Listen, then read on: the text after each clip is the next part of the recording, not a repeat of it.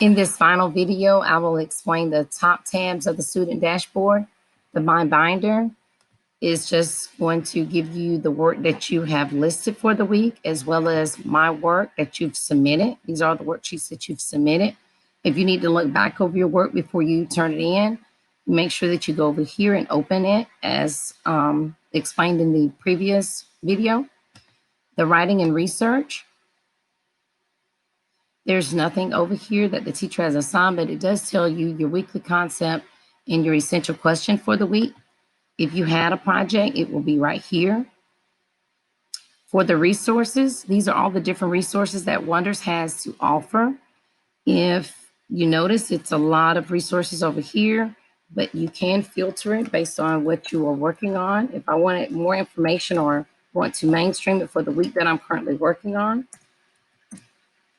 I put it up here in the search and it filters it. If I just wanted to look at the games, I will look right here. Anything that I put a star beside that I want to refer back to later, if it's a game that I really enjoyed or a worksheet that I really would like to practice before my test, I can put a star and it will appear in the My Favorites tab. If I no longer want it, I just remove it by clicking the star here. If I move to my next tab, School to Home, this is just a letter that's to the family member explaining what the student will be exposed to that week. Over here are there different activities that you can do with your child at home to enforce the skill. If you notice, there's not a speaker here. So this is depending on you to do the work with your child. It has the same icons as it had down on the bottom. You have a text box here if you want to type into it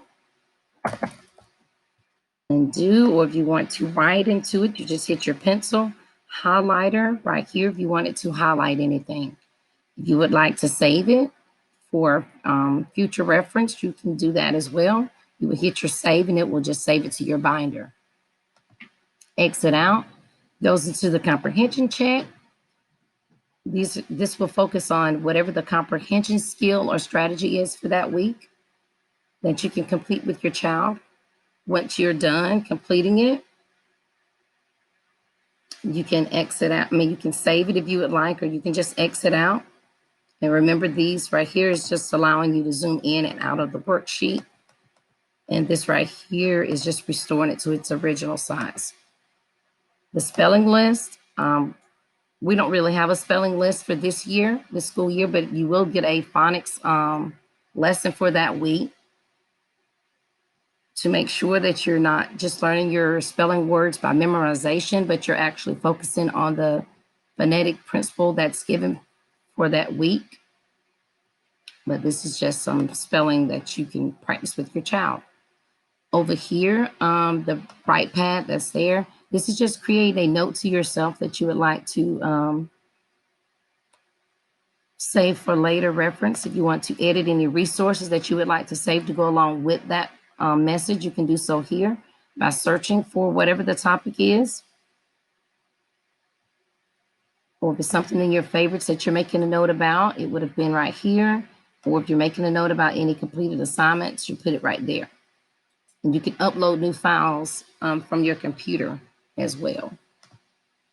I exit out. Here's the ABC, which is my visual glossary. If I click on any of them, it just takes me back to the screen that we originally saw, which had the word block on it for words to know.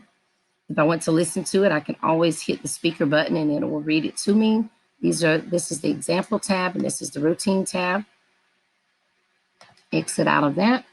Right here is just searching in general for anything that you would like to know more about. If I wanted to know more about nouns, I can type in nouns and it'll take me to all the different worksheets and games that is about the nouns. The only other thing, logging out just takes you directly out of the ConnectEd portal. The global dashboard just takes you back to your page that you originally saw.